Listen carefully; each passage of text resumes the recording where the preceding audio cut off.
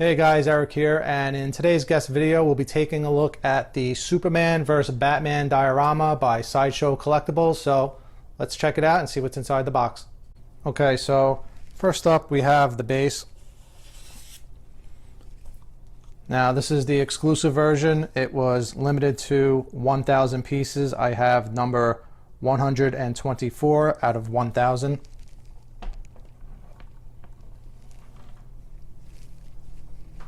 Up next we have Superman's body. It has a nice long foot peg on it, which is good.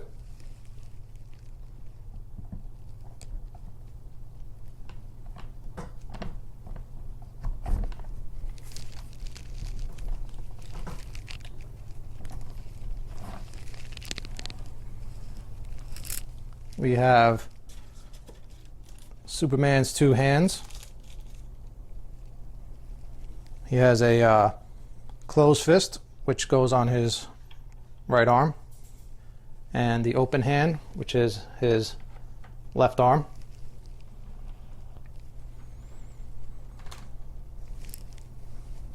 Up next we have Batman's body. So now Batman has 2 points of contact on him, one being on the thigh, the other being inside his belt here.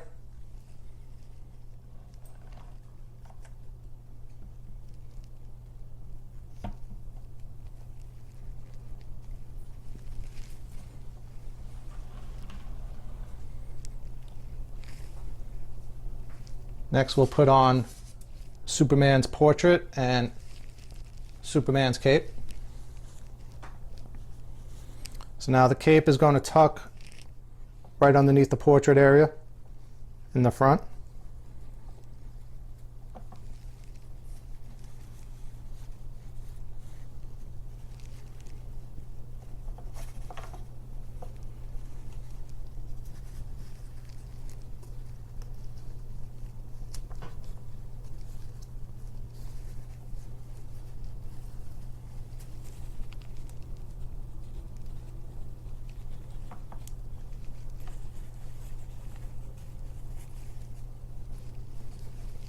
Okay.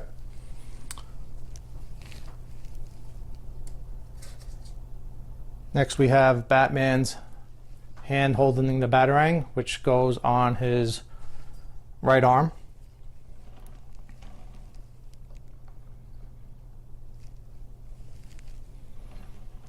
And his left arm has the closed fist holding the kryptonite ring.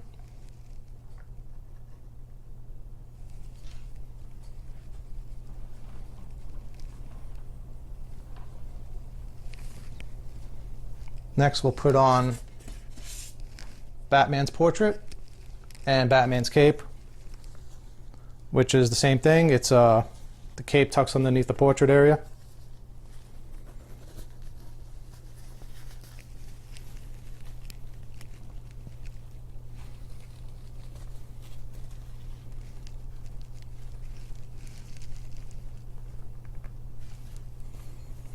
Nice strong magnets on it.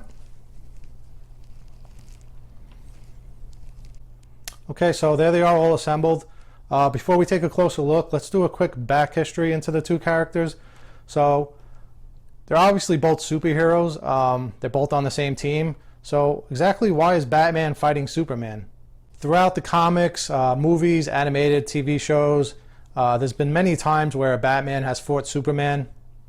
From the very first time in World's Finest Comics, a bullet ricochets off Superman's chest, hits Batman, and they start feuding. Jumping around to the popular Dark Knight Returns. While Batman does have the kryptonite, he also uses an armored suit along with the kryptonite, so it's a little bit different than this scenario here with the statue.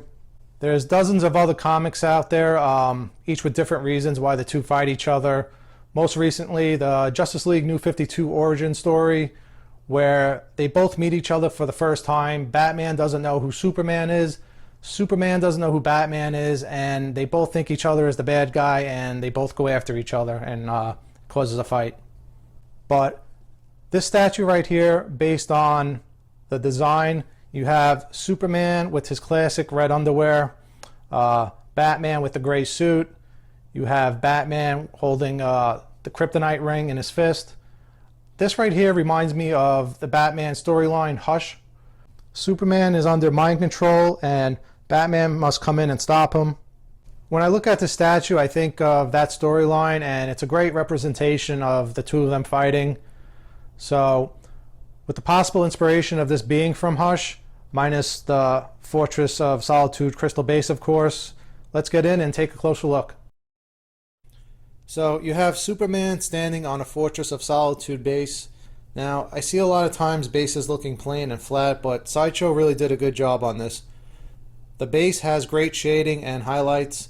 There's different levels of aqua blues. Some parts of the base are painted solid, while others have a see-through transparency using clear resin. It looks really good and has a nice effect to make it look like crystals. Great attention to detail. There's cracks and shattering throughout the base, making it look even more realistic. You have Superman's back foot cracking through the crystals. Looking at Superman, his body looks weakened, like he wants to collapse, but he's pushing through to stop Batman. The colors of Superman are very vibrant, bright blues, reds, and yellow. It's very comic-like. It's classic Superman with the red trunks and yellow belt. However, you are missing the red belt loops. Personally, I'm a fan of him without the trunks, more modern, New 52 style.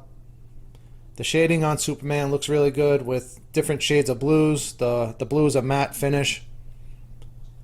Everything on Superman is a matte finish except his boots and S logo, which have a gloss shine. Again, the red areas have a good contrast between different shades. The paint lines are very clean and crisp on the piece I received. There's no bleeding of the colors. Superman's portrait has nice shades of different skin tones. The details in the teeth could be slightly better, but you need to remember this is a smaller scale piece where details are sometimes lost. The regular portrait looks good. Superman's facial expression is a look of defeat, yet he's still not giving up. Looking at the exclusive portrait with heat ray vision, those beams are ready to fry Batman. But remember, Batman has the kryptonite in his hand, so Superman is weakened. He's about to collapse. The heat ray is losing its power and has stopped midair, and Batman is coming in to land that punch. As for construction, the heat rays are not removable like the original premium format. They are permanently attached to the portrait. In my opinion, the exclusive portrait is better of the two and adds to the story. Looking at Batman, this piece is very dynamic with Batman flying through the air. With his gray suit, one of my favorite looks, and I'm glad Sideshow stayed comic accurate with this. Again, nice shading throughout, different variations of grays. Batman's paint is all a matte finish. The paint lines are also very clean. The kryptonite ring on Batman's hand looks good. It has a nice greenish glow to it. I don't remember kryptonite ever glowing very strong, if at all any, but it looks good and draws attention to remind you Batman is equipped with the ring.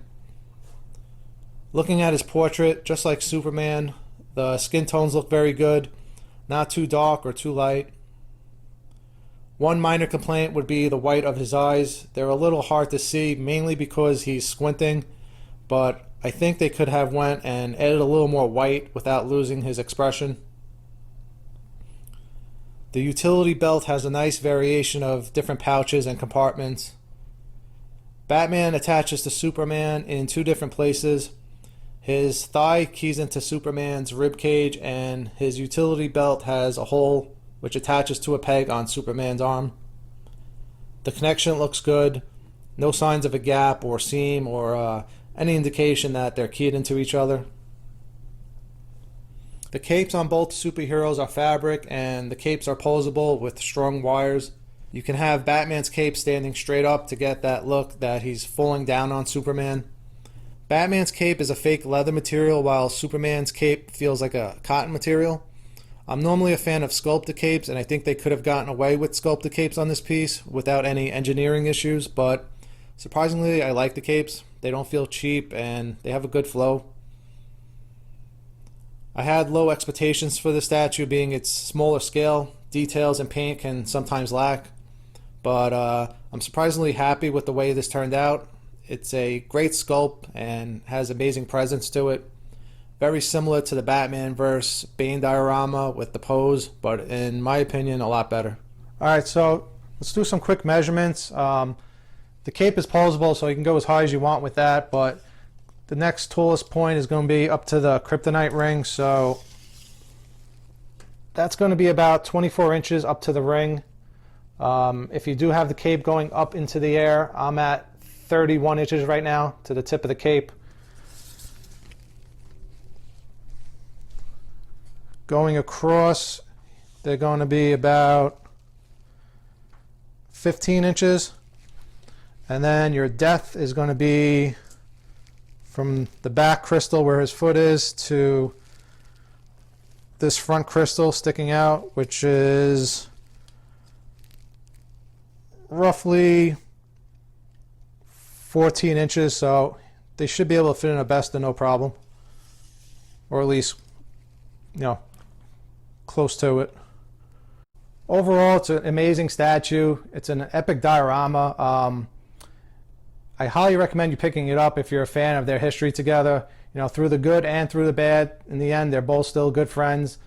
Thanks for watching, guys. I hope you enjoyed the video, and until next time.